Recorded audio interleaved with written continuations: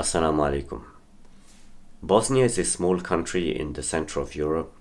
In the 1990s, from 1992 to 1995, Bosnian Serb nationalists, who were Orthodox Christians, they carried out a genocide of the Bosnian Muslim population. Many Muslim volunteers from all over the world, they went and they joined the Bosnian army to help in the defense of their people. In December of 1992, I was part of a small Bosnian army unit, and we were living in a small village which was in the center of Bosnia. I remember it was bitterly cold, and there was maybe 8 feet of snow there. It was minus 20 degrees Celsius. We were living, a small group of us, maybe 7 or 8 of us, were living in a house, and there was another house which was about half an hour's walk away, but to get to it you had to walk through a forest.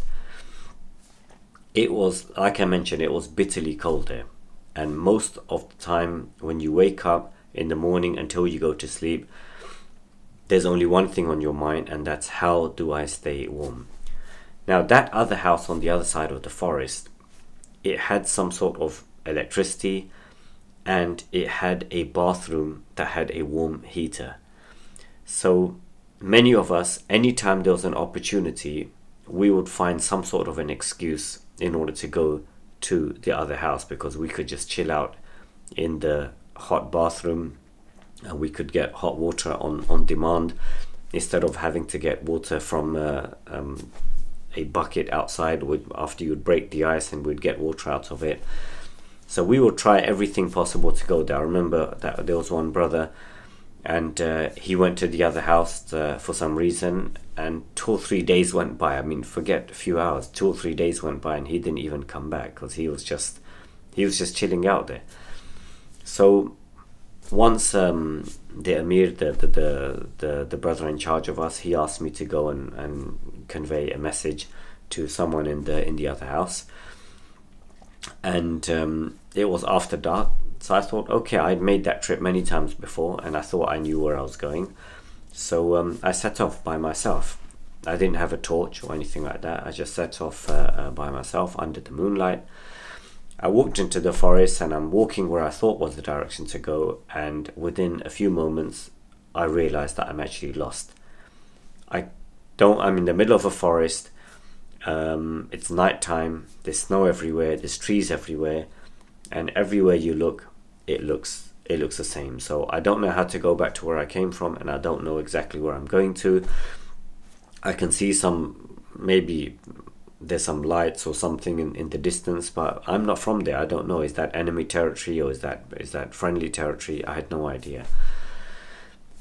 So as I was stuck there and figuring out what is the way, how do I get out of this, I made dua to Allah subhanahu wa ta'ala, and within minutes a dog appeared out of nowhere. It appeared literally in the forest out of nowhere, and it moved forward a few steps, and then it stopped, and it turned around, and it looked at me as if it was beckoning me to follow it. So I would follow it, and I was trudging through the snow, and the dog would walk forward a few steps, then it would stop, then it would turn around and look at me, and it would wait for me. And likewise, I just continued following that dog for about 15 minutes or so, until it took me to the edge of the forest, and from there I could see the house where I wanted to go to. And then when I looked back, the dog had just disappeared. I didn't see that dog again. It had just disappeared.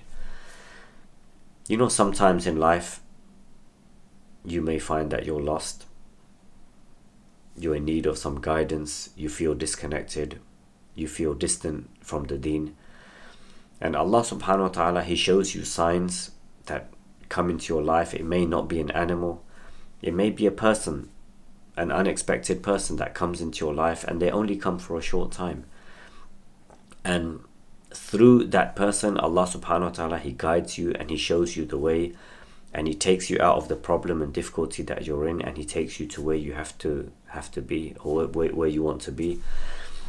These things do not happen, they're not coincidences. These things that Allah subhanahu wa ta'ala, the people Allah puts in our lives, the circumstances, the places we go to, and the experiences that happen to us, they are all by meticulous planning. They do not happen by chance. So if ever you are lost and in need of some guidance, then just look at the signs in your own life and the signs that are all around you.